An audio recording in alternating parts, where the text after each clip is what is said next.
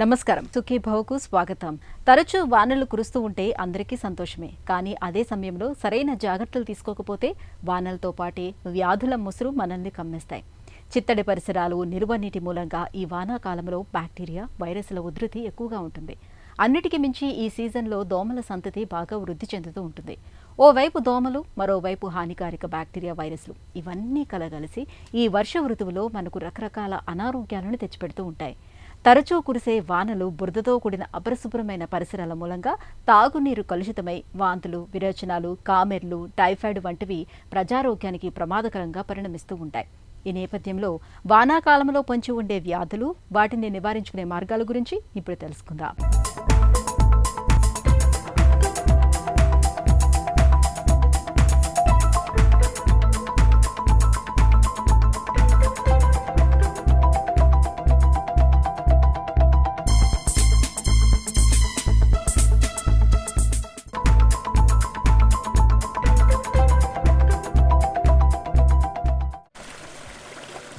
జలమే జీవం, జలమే జీవకోటికి ప్రాణాధారం. నీరే పైరుకు ప్రాణం పోస్తుంది. నీరే వ్యవసాయానికి ఆధారం. నదులున్న చోటే నాగరికతలు కూడా పురుడు పోసుకొని విలసిల్లాయి. అందుకే నీటిని జీవజలం అంటారు. అయితే ఆ నీరున్న చోట మన ఆరోగ్యానికి హాని చేసే రకరకాల బ్యాక్టీరియాలు, వైరస్లు, ఫంగస్ లాంటి సూక్ష్మజీవులు కూడా పుట్టుకొస్తాయి. ఇక ఇలాంటి సూక్ష్మజీవుల్ని ఒకచోటు నుంచి ఇంకొక చోటకు తరలించే దోమలు, ఈగలు కూడా ఈ నీటిలోనే పెరిగి పెద్దవవుతాయి. అందుకే వానాకాలంలో నీరు పుష్కలంగా ఉండడం వల్ల, ఎక్కడ పడితే అక్కడ నిల్వ ఉండడం వల్ల అనేక రకాల సూక్ష్మజీవులు ప్రాణం పోసుకొని దోమలు, ఈగల ద్వారా మనుషులకు సంక్రమించి రకరకాల విషజ్వరాలను తెచ్చిపెడుతుంటాయి. ఎండాకాలము, శీతాకాలంతో పోల్చుకుంటే వర్షాకాలంలో మనం జబ్బులు ఎక్కువగా చూస్తుంటాం. ఈ వర్షాకాలంలో ప్రతి హాస్పిటల్ కూడా రోగులతో కిక్కిరిసిపోతూ ఉంటుంది. దీనికి కారణాలు ఏమిటంటే వానాకాలంలో వాతావరణంలో వచ్చే మార్పుల వల్ల, అంటే తేమ ఎక్కువ కావటం వల్ల, ఉష్ణోగ్రత తగ్గిపోవటం వల్ల కొన్ని వైరస్లు బాగా వృద్ధి చెందుతాయి. ముఖ్యంగా రెస్పిరేటరీ సిస్టమ్ సంబంధించిన వైరస్లు. దానివల్ల మీకు శ్వాసకోశ సంబంధించిన జబ్బులు, అంటే జలుబు కావచ్చు, ఫ్లూ కావచ్చు, న్యూమోనియా కావచ్చు, ఆస్తమా కావచ్చు, ఇవి ఎక్కువ అవుతుంటాయి. అలాగే ఈ కాలంలోనే మనకి దోమల బెడద ఎక్కువగా ఉంటుంది. ఈ దోమలు ఎక్కువ కావటం వల్ల దోమల ద్వారా వచ్చే వ్యాధులు, అంటే మలేరియా కావచ్చు, అదేవిధంగా చికున్గున్యా కావచ్చు, డెంగీ కావచ్చు, కొన్ని చోట్ల మనకి ఎన్కెఫలైటిస్ కావచ్చు, ఈ జబ్బులు మనం ఎక్కువగా చూస్తూ ఉంటాం. అదేవిధంగా వర్షాకాలంలో బావుల్లో, చెరువుల్లో నీరు కలుషితం అవుతుంది. కొన్ని పట్టణాల్లో డ్రైనేజీ కూడా మంచినీటితో కలిసిపోయి కలుషితం కావటం వల్ల చాలామందికి ఈ జబ్బులు, అంటే డయేరియా కావచ్చు, టైఫాయిడ్, జాండీస్, అంటే హెపటైటిస్ ఏ, హెపటైటిస్ ఈ అనే జబ్బులు చాలా ఎక్కువగా చూస్తూ ఉంటాం. ఇది కాకుండా చలికాలంలో కాకుండా వర్షాకాలంలో కూడా చాలామందికి ఎలర్జీస్ ఎక్కువ అవుతుంటాయి.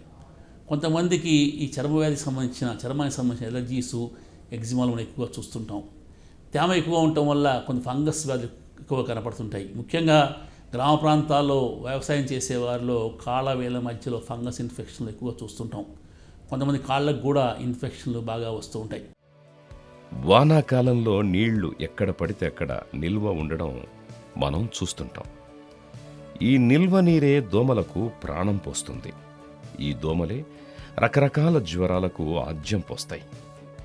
వర్షాకాలం రాగానే మనం మలేరియా, డెంగ్యూ, చికున్గున్యా, మెదడు వాపు లాంటి విషజ్వరాలు ఎక్కువగా ప్రబలడం చూస్తూ ఉంటాం. ఈ విషజ్వరాల్లో మలేరియా ఇవాళ అతిపెద్ద విపత్తుగా పరిణమిస్తోంది. మలేరియా కారణంగా ప్రపంచవ్యాప్తంగా ఏటా 15 లక్షల నుంచి 30 లక్షల మంది దాకా మృత్యువాత పడుతున్నట్టు గణాంకాలు చెబుతున్నాయి. మలేరియా మరణాల్లో ఎక్కువగా 5 ఏళ్లలోపు చిన్నారులే ఉండడం ఆందోళన కలిగించే అంశం. ఇక మలేరియా తర్వాత తీవ్రమైన చలి జ్వరంతో, ఒంటి నొప్పులతో వచ్చిపడే అత్యంత ప్రమాదకరమైన జ్వరం డెంగ్యూ. అలాగే అప్పుడప్పుడు చికున్గున్యా కూడా విరుచుకుపడి కీళ్ల నొప్పులతో కూడిన జ్వరాలను తెచ్చిపెడుతుంది. ఇక చిన్నపిల్లల పాలిట ప్రాణాంతకంగా పరిణమించే మెదడు వాపు రావడానికి కారణం కూడా దోమలే. టైఫాయిడ్, కామెర్ల లాంటివి కూడా ఈ వానాకాలంలోనే ఎక్కువగా విరుచుకుపడుతుంటాయి. ఈ వర్షాకాలంలో మీరు చాలా వరకు ప్రెస్లో చూస్తూ ఉంటారు, విష జ్వరాలు అంటుంటారు. విష జ్వరం అంటే ప్రత్యేకంగా వైరల్ జ్వరం కావచ్చు, లేదా ఇతరత్ర ఇన్ఫెక్షన్ కావచ్చు. అంటే బాగా ఒళ్ళునొప్పులతో కొంతమందికి ర్యాష్తో జ్వరాలు వస్తుంటాయి. వీటిని విష జ్వరం అంటూ ఉంటాం. అది కాకుండా ఈ వర్షాకాలం ఫ్లూ ఎక్కువగా వస్తుంది. ఫ్లూ అంటే ఒళ్ళునొప్పులతో జ్వరము, గొంతు నొప్పి, దగ్గు, కొంతవరకు జలుబు ఉండే అవకాశాలు ఉన్నాయి. కొంతమందిలో న్యూమోనియాకి దారితీస్తుంది. అది కాకుండా కొంతమంది న్యూమోనియా అంటే బ్యాక్టీరియల్ న్యూమోనియా కూడా వస్తూ ఉంటుంది. దీన్ని కమ్యూనిటీ అక్వైర్డ్ న్యూమోనియా అంటుంటాం.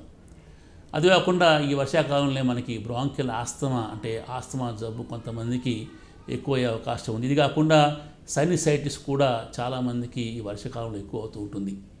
ఈ వర్షాకాలంలో మీరు చూస్తూ ఉంటారు, ప్రత్యేకంగా ఈ సంవత్సరంలో చాలామందికి డెంగీ జ్వరము, చికున్గున్యా వస్తుంది. అంటే తీవ్రమైన ఒళ్ళు నొప్పులతో, అదే తలనొప్పితో డెంగీ జ్వరం మొదలవుతుంది.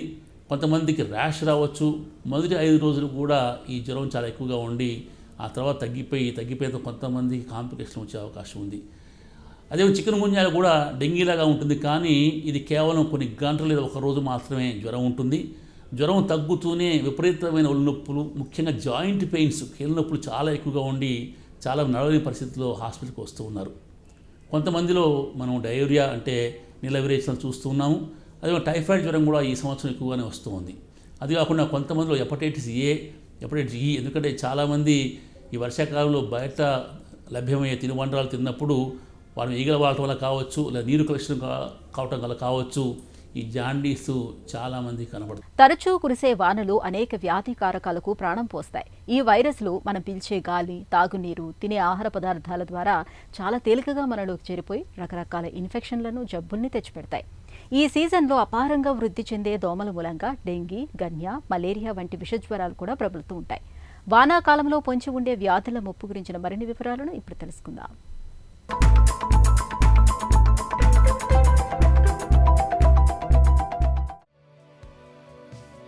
వానాకాలంలో మనల్ని వేధించే జ్వరాలు మహా అయితే 2-3 రోజుల్లో తగ్గిపోతాయి. అలా కాకుండా వారం దాటినా జ్వరం తగ్గకుండా చలి, ఒళ్ళు నొప్పులు, నీరసం, తలనొప్పి, కీళ్ల నొప్పులు లాంటి ఇతరత్ర లక్షణాలు కూడా ఉంటే వెంటనే హాస్పిటల్కి వెళ్ళడం మంచిది. రక్త పరీక్ష, వైరల్ పరీక్షలు, జాండీస్ని నిర్ధారించే పరీక్షలు చేయించుకోవడం అవసరం. మనకొచ్చిన జ్వరం ఏ తరహా అన్నది నిర్ధారించుకోవాలి. డెంగ్యూ జ్వరం కూడా దానంతటదే తగ్గిపోతుంది. అయితే డెంగ్యూలో హెమరేజిక్ ఫీవర్ అనేది ప్రమాదకరమైన పరిస్థితి. ఇందులో శరీరంలో అంతర్గతంగా రక్తస్రావం కావడంతో పాటు రోగి బీపీ పడిపోయి కోమాలోకి వెళ్లే ప్రమాదం ఉంది. ఇది ప్రాణాంతక పరిస్థితి. దీనికి వెంటనే చికిత్స ప్రారంభించాలి. ఇక మలేరియా, టైఫాయిడ్, మెదడు వాపు లాంటివి కూడా రోజులు గడిచే కొద్దీ ప్రమాదకరంగా పరిణమిస్తాయి. ప్రతి వర్షాకాలంలో కూడా నేను ఇందాక చెప్పిన జబ్బులని చూస్తూనే ఉంటాం. కొంతమందికి ఈ జబ్బుల వల్ల అవగాహన లేకపోవటం వల్ల కొంతమంది ప్రమాదానికి గురవుతున్నారు. కొంతమందిలో మృత్యువు సంభవిస్తూ ఉంది. ముఖ్యంగా చాలామంది మామూలుగా వచ్చే జ్వరంలే తగ్గిపోతున్న నిర్లక్ష్యం చేస్తూ ఉంటారు.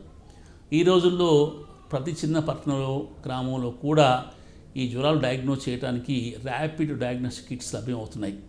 జ్వరం రాగానే నిర్లక్ష్యం చేయకుండా మీరు డాక్టర్ని సంప్రదించాలి. సొంత వైద్యము అంటే సెల్ఫ్ మెడికేషన్ పనికిరాదు.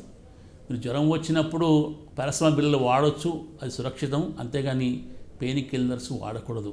పెయిన్ కిల్లర్స్ వాడటం వల్ల కొంతమందికి వైరల్ జ్వరాలు, ముఖ్యంగా డెంగీ, చికున్గున్యా ఉన్నప్పుడు రక్తస్రావం జరిగే అవకాశం ఉంది. కాబట్టి డైక్లోఫెనాక్, ఐబ్రూఫెన్ లాంటి మందులు వాడకూడదు. అదేవిధంగా డాక్టర్ వెంటనే సంప్రదించి ఇందాక చెప్పిన ర్యాపిడ్ డయాగ్నోస్టిక్ కిట్స్ ద్వారా అది డెంగీ జ్వరమా, మలేరియానా చాలా తేలిగ్గా గుర్తుపట్టవచ్చు. అదేవిధంగా ఫ్లూ జ్వరం కూడా చాలా తేలిగ్గా మనం డయాగ్నోస్ చేయవచ్చు. అందుకనే మొట్టమొదటి రోజే మీరు డాక్టర్ని సంప్రదించి సరైన వైద్య చికిత్స తీసుకోవాలి. అది కాకుండా కొంతమందిలో డెంగీ జ్వరం వచ్చి తగ్గిపోయిన తర్వాత చాలామందికి ప్రాబ్లమ్స్ అంటే కాంప్లికేషన్ మొదలవుతాయి. దాన్ని క్రిటికల్ పీరియడ్ అంటాం. అప్పుడు మీరు డాక్టర్ని సంప్రదించాలి. అంతేగాని జ్వరం ఉన్నప్పుడు కంగారు పడిపోయి జ్వరం తగ్గగానే డాక్టర్ దగ్గరికి పోవటం మానివేయకూడదు. డాక్టర్ చెప్పిన సూచనలు తప్పకుండా పాటిస్తూ ఉండాలి. సెల్ఫ్ మెడికేషన్, ముఖ్యంగా ఆకురసాలు లాంటి ఎక్కువ పదరసాలు లాంటివి తాగకూడదు. దానివల్ల కొంతమంది ప్రమాదం సంభవించే అవకాశం ఉంది. అదే చికెన్ గున్యా కూడా మొట్టమొదటి రోజు జ్వరం వచ్చి తగ్గిపోతుంది. ఆ తర్వాత విపరీతమైన నొప్పులు వస్తుంటాయి కొంతమందికి. దానికి డాక్టర్ పర్యవేక్షణలో మీరు నొప్పి నివారణ మందులు వాడవచ్చు. కొంతమందిలో కొన్ని రకాల మందులు HCQS కానివ్వండి, అది కొంతమంది లో డోస్ స్టెరాయిడ్స్ కూడా ఇస్తూ ఉంటారు. అవి కేవలం డాక్టర్ల పర్యవేక్షణ మాత్రమే వాడుతూ ఉండాలి. అదేవిధంగా డైరియా వచ్చినప్పుడు కూడా చాలామంది మందుల షాప్కి వెళ్ళి ఆ నీల వేరియేషన్ ఆగిపోవడానికి ఏదో మందు వాడుతుంటారు. ఆ ట్యాబ్లెట్ వాడినప్పుడు ఆ ఇంటెస్టైన్స్ అంటే ప్రేగుల కదలిక ఆగిపోయి మోషన్లు తగ్గుతాయి. కానీ లోపల ఇన్ఫెక్షన్ బాగా నిలవ ఉండి ఆ ఇన్ఫెక్షన్ టాక్సిన్స్ రక్తంలోకి తీసుకోబడి అంటే గ్రహించబడి చాలామంది ఆ సెప్టిక్ షాక్లో మరణించే అవకాశం ఉంది. కాబట్టి డయోరియా అంటే నీళ్ళ వేరియేషన్లు ఆగిపోయే మందులు మీరు వాడకూడదు. కేవలం డాక్టర్ పర్యవేక్షణలో యాంటీడయల్ బిళ్ళలు వాడుతూ ఉండాలి. కొంతమందిలో ఐవి ఫ్లూయిడ్స్ అవసరము. డాక్టర్ దగ్గరికి వెళ్ళే ముందు మీరు కొంతవరకు ఎలక్ట్రోలైట్స్ ఉన్న ద్రావణాలు తాగవచ్చు. నీటి కాలుష్యం, ఆహార కల్తీల వల్ల కూడా వైరల్ జ్వరాలు వ్యాపిస్తాయి. ఈ జ్వరాలు 3 నుంచి 7 రోజుల పాటు ఉంటాయి. ఒళ్ళు నొప్పులతో పాటు జలుబు, దగ్గు కూడా ఉంటాయి. అలసట, విరేచనాలు, పొడి దగ్గు, కళ్ళ మంటలు, చర్మంపై దద్దుర్లు కనిపిస్తాయి. చికిత్స ఆలస్యమైతే ఊపిరి తీసుకోవడంలో ఇబ్బందులు తలెత్తి న్యూమోనియాకు దారితీయొచ్చు. అలాగే టైఫాయిడ్ జ్వరం కూడా నీటి కాలుష్యం ద్వారా వచ్చే వానాకాలం వ్యాధి. సాల్మోనెల్లా టైపీ బ్యాక్టీరియా వల్ల ఈ జ్వరం సంక్రమిస్తుంది. పారిశుద్ధ్యం సరిగ్గా ఉండని మురికివాడల్లో ఎక్కువగా ప్రబలుతుంది. ఆకలి లేకపోవడం, తీవ్రమైన అలసట, 104 డిగ్రీల జ్వరం కనిపిస్తాయి. కడుపులో నొప్పి, తలనొప్పి, విరేచనాలు బాధిస్తాయి. అదేవిధంగా మీకు వచ్చే కొంతమందికి కొంత టైఫాయిడ్ రావచ్చు. అప్పుడు డాక్టర్ పర్యవేక్షణలో మీరు యాంటీబయాటిక్ వారు చెప్పిన మోతాదులో చెప్పిన డ్యూరేషను అంటే వాడుతూ ఉండాలి. తక్కువ మోతాదు వాడటం వల్ల, తక్కువ రోజులు వాడటం వల్ల మీకు డ్రగ్ రెసిస్టెన్స్ డెవలప్ అయ్యే అవకాశం ఉంది. కాబట్టి తప్పకుండా మీ చికిత్సని పూర్తి కాలం జాగ్రత్తగా వాడుతూ ఉండాలి. అదేవిధంగా మీకు ఫ్లూ వచ్చినప్పుడు కూడా కొంతమందిలో ముఖ్యంగా వయసు పబడిన వారిలోనూ ఇతరత్ర మెడికల్ వ్యాధులు ఉన్నవాళ్ళు డయాబెటీస్ కానివ్వండి, హైపర్ టెన్షన్ కానివ్వండి, హార్ట్ డిసీజ్ ఉన్నవారిలో యాంటీ ఫ్లూ అంటే యాంటీ వైరల్ మందులు ఇస్తూ ఉంటారు. అవి కూడా మీరు తప్పకుండా వారు ఇచ్చిన డోసు ప్రకారం ఇచ్చిన రోజులు తప్పకుండా వాడాలి. జబ్బు తగ్గినా సరే మీరు ఆ డ్యూరేషన్ని కంప్లీట్ చేయాలి. అలా చేయకపోతే ఆ మందు వేరే వాళ్ళకి పనిచేయకుండా రెసిస్టెన్స్ డెవలప్ అవుతుంది. కాబట్టి తప్పకుండా మీరు యాంటీ ఫ్లూ మందుల్ని దుర్వినియోగం చేయకూడదు. అదేవిధంగా టైఫాయిడ్ విషయంలో జాగ్రత్తగా ఉండాలి. టైఫాయిడ్ ఒకరి నుంచి ఒకరికి నీరు కలిసిన కావటం వస్తుంది. దీన్నే ఫీకో వరల్ రూట్ అంటాం. అంటే మనిషి విసర్జన చేసినప్పుడు వారి మలము మనం తాగే నీటితో కలిసిపోయినప్పుడు ఈ జబ్బు ఒకరి నుంచి ఒకరు సోకుతుంది.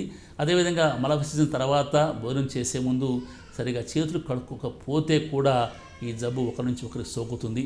అదేవిధంగా ఆహారం భద్రంగా మనం కాపాడుకోవాలి. వేడి ఆహారం ఫ్రెష్గా ఉండాలి. ఈగలు వాడకుండా చాలా జాగ్రత్త పడాలి. ఇలా చేయకపోతే చాలామందికి టైఫాయిడే కాదు ఇతరత్ర జీర్ణకోశ వ్యాధులు కానివ్వండి, డయోరియా వ్యాధులు వచ్చే అవకాశం ఉంది. వానాకాలంలో గుంపులు గుంపులుగా వచ్చే నల్లమబ్బులు, ఒంటిని గిలిగింతలు పెట్టే పిల్లగాలులు, చిటపట శబ్దం చేసే చిట్టి చినుకులు, తడిసి కొత్త అందాలను సంతరించుకునే ఆకుచాటు పిందెలు, కొమ్మచాటు పువ్వులు ప్రతి ఒక్కరిని పరవశింపచేస్తాయి. వానాకాలపు ప్రత్యేకతే అది. ప్రకృతితో పాటు మనం కూడా పరవశించిపోతాం. ఇక వాన చినుకుల్ని చూస్తే చాలు, పిల్లల ఆనందానికి హద్దే ఉండదు. కాగితపు పడవల్ని తయారు చేసి వాన నీటిలో వాటిని వదులుతూ ఆనందపడిపోతుంటారు. వానలో తడవకండి, జలుబు చేస్తుంది అని అమ్మ కోప్పడుతున్నా పట్టించుకోకుండా వాన జల్లుతో తనివి తీరా తడిసి ముద్దవుతుంటారు. చివరికి అమ్మ మాటే నిజమవుతుంది. రాత్రికల్లా హాచ్మనే తుమ్ములు జలుబులతో ముక్కులు బిగుసుకుపోయి చిన్నారుల్ని బాగా ఇబ్బంది పెట్టేస్తుంటాయి. మీరు చూస్తూ ఉంటారు, వర్షాకాలంలో చాలామంది పిల్లల్లో రైనైటిస్ అంటే జలుబు, అదేవిధంగా గొంతు ఇన్ఫెక్షన్స్, కొంతమందికి ఆస్తమా, న్యూమోనియాలు వస్తూ ఉంటాయి. దీనికి అనేక కారణాలు ఉన్నాయి. ఒకటి వాతావరణంలో వచ్చిన మార్పులు, అది కాకుండా వర్షాకాలంలో వాళ్ళకి స్కూల్స్ మొదలవుతాయి. ఒకే క్లాస్ రూమ్లో 30 నుంచి 70 మంది పిల్లలు ఉంటారు. అలా ఉన్నప్పుడు ఒకరి నుంచి ఒకరికి ఇన్ఫెక్షన్స్ సోకే అవకాశం ఉంది. ఇలా రాకుండా ఉండాలంటే డాక్టర్ల పర్యవేక్షణలో వారికి అసలు జాగ్రత్తలు తీసుకోవాలి. వాళ్ళ పీడియాట్రిస్ట్ చెప్పినట్టుగా కూడా బాగా వెంటిలేషన్ ఉండేట్టుగా కాపాడాలి. విధంగా పిల్లలకి ఎవరికైనా రెస్పిరేటరీ ట్రాక్ట్ ఇన్ఫెక్షన్, జలుబు కానీ ఫ్లూ కానీ ఉంటే ఆ పిల్లల్ని ఇంటి దగ్గరే ఉంచి చదివించాలి. వాళ్ళని స్కూల్కి పంపిస్తే ఆ స్టూడెంట్ ద్వారా ఇతర స్టూడెంట్స్కి కూడా ఈ వైరల్ ఇన్ఫెక్షన్స్ సోకే అవకాశం ఉంది. అదే కాకుండా స్కూల్లో కూడా క్లాస్ రూములు విశాలంగా ఉండాలి. అదేవిధంగా వారికి బాగా వెలుతురు గాలి వచ్చే విధంగా కిటికీలు ఉండాలి. ఎవరికైనా జలుబు చేస్తే వెంటనే ఆ విద్యార్థిని సిక్ రూమ్లో అంటే వేరే ఐసోలేషన్ రూమ్లో ఉంచి చదివించాలి లేదా ఇంటికి పంపించే ఏర్పాటు చేయాలి. ఒకవేళ ఒక స్కూల్ విద్య తప్పకుండా స్కూల్లో ఉండాలంటే ఆ విద్యార్థి తప్పకుండా మాస్క్ ధరించాలి. అదే కాకుండా పిల్లలకు ఇచ్చే వ్యాక్సిన్స్ విషయంలో ఉపాధ్యాయుడు కూడా ఆ పిల్లల తల్లిదండ్రులను ఎడ్యుకేట్ చేస్తూ మరి సరైన టైంలో అన్ని వ్యాక్సిన్స్ ఇప్పిస్తూ ఉంటారు. ప్రాణాధారమైన తాగునీరు కలుషితమైతే అదే మన పాలిట కాలకూట విషంగా మారుతుంది. ఈ సీజన్లో అనారోగ్య సమస్యలు చాలా వరకు కలుషిత నీటి మూలంగానే వస్తూ ఉంటాయి. ఈ నేపథ్యంలో కలుషిత నీటి మూలంగా సంక్రమించే వ్యాధులను నివారించుకునేందుకు ఏం చేయాలి? ప్రజారోగ్యం పాలిట పెను విపత్తులా పరిణమించే అంటువ్యాధుల బెడదను తప్పించుకునేందుకు ఎలాంటి జాగ్రత్తలు తీసుకోవాలో ఇప్పుడు తెలుసుకుందాం.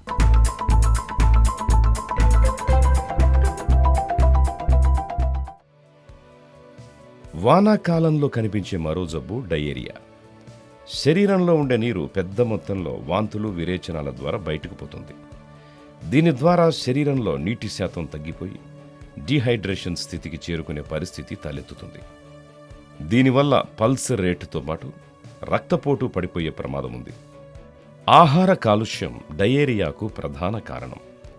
అనేక రకాల వ్యాధికారక పరాన్నజీవులు నీరు ఆహారం ద్వారా శరీరంలోకి వ్యాపిస్తాయి. బయట ఎక్కడ పడితే అక్కడ దొరికే కలుషిత ఆహారం, నీరు, చిరుతిళ్ల వల్ల వాంతులు విరేచనాలు వస్తాయి. వానాకాలంలో కలుషిత ఆహారం, నీటి వల్ల కామెర్లు కూడా ఎక్కువగా కనిపిస్తాయి. ఇప్పుడు మీరు చూస్తూ ఉంటారు, ఈ వర్షాకాలంలో వాంతులు విరేచనాలు అంటే నీళ్ళ విరేచనాలు కావచ్చు, అతిసార వ్యాధి అంటుంటారు, అదే గ్యాస్ట్రోఎంటరైటిస్ చాలా ఎక్కువగా చూస్తుంటాం. మన దేశంలో చాలామంది పిల్లలు ఈ కాలంలో ఈ అతిసార వ్యాధి వల్ల చనిపోతూ ఉంటారు. కొంతమంది పెద్దవారు కూడా చనిపోతూ ఉంటారు. ఇలా కాకుండా ఉండాలంటే ముందుగా డీహైడ్రేషన్ని మనం కరెక్ట్గా ట్రీట్మెంట్ ఇవ్వాలి. అంటే దీన్ని రీహైడ్రేషన్ అంటాం. ఈ డీహైడ్రేషన్ ఉన్నప్పుడు వెంటనే మనం ప్రాథమిక చికిత్స ఇంట్లోనే మొదలు పెట్టాలి. వాంతులు లేకపోతే నోటి ద్వారా మన ఎలక్ట్రోలైట్ ద్రావణం కానివ్వండి, కొబ్బరి నీళ్ళు కానివ్వండి, లేదా ఇంట్లోనే మనం ఈ ఎలక్ట్రోలైట్స్ తయారు చేసుకోవచ్చు. నీటిలో ఉప్పు మరియు నిమ్మకాయ కలిపి వారికి ఇస్తూ ఉండాలి. ప్లెయిన్ వాటరు, మామూలు వాటరు ఇస్తే వారికి ఏమాత్రం ఉపయోగం ఉండదు. కాబట్టి లవణాలు ఉన్న ద్రావణాన్ని వాళ్ళకి ఇస్తూ ఉండాలి. అదే కాకుండా వేరే మందులు అంటే ముఖ్యంగా డయేరియా ఉన్నప్పుడు మీరు డయేరియా ఆపటానికి అంటే ఇంటెస్టైన్స్ కదలికలను ఆపే మందులని మీరు వాడకూడదు. చాలామంది మెడికల్ షాప్కి వెళ్ళి ఈ మందు తెచ్చుకుని వాడుతూ ఉంటారు. అలా వాడినప్పుడు ఇంటెస్టైన్స్ కదలిక ఆగిపోయి చాలామందికి ఆ ప్రేగులో ఉన్న విష పదార్థాలు రక్తం పీల్చుకోబడి సెప్టిసిమియా డెవలప్ అయ్యి చాలామంది చనిపోతూ ఉంటారు. కాబట్టి సొంతంగా ఈ డయేరియాకి మీరు మందులు వాడకూడదు.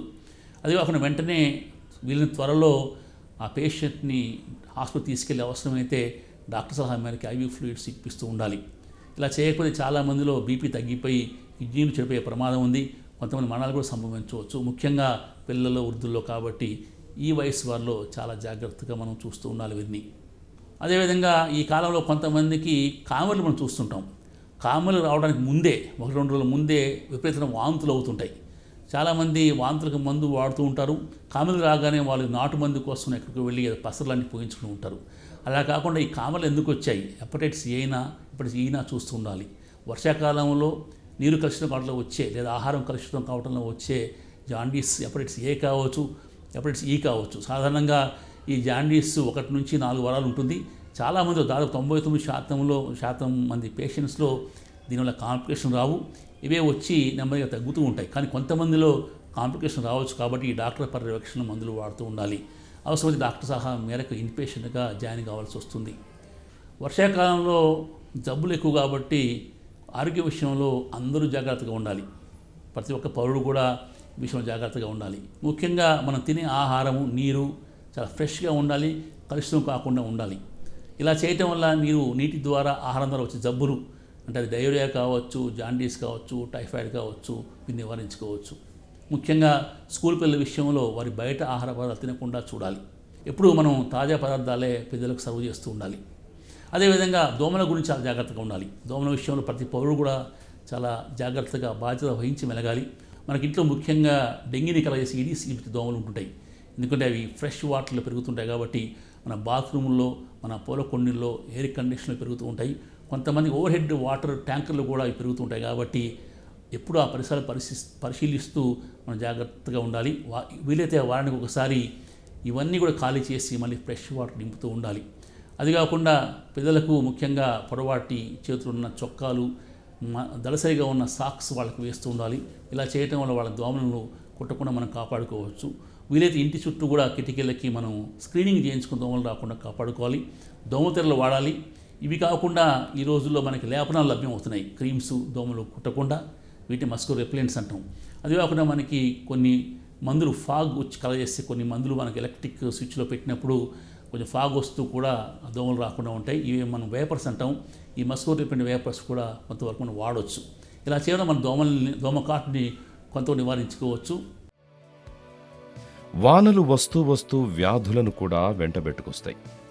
మామూలు జ్వరాల దగ్గర నుంచి టైఫాయిడ్, మలేరియా, చికున్ గునియా, డెంగ్యూ, మెదడు వాపు ఇలా అనేక రకాల జ్వరాలు, వ్యాధులు ఈ సీజన్లో ప్రబలడం చూస్తుంటాం. అందుకే తినే తిండి విషయంలో, తాగే నీటి విషయంలో జాగ్రత్తగా ఉండాలి.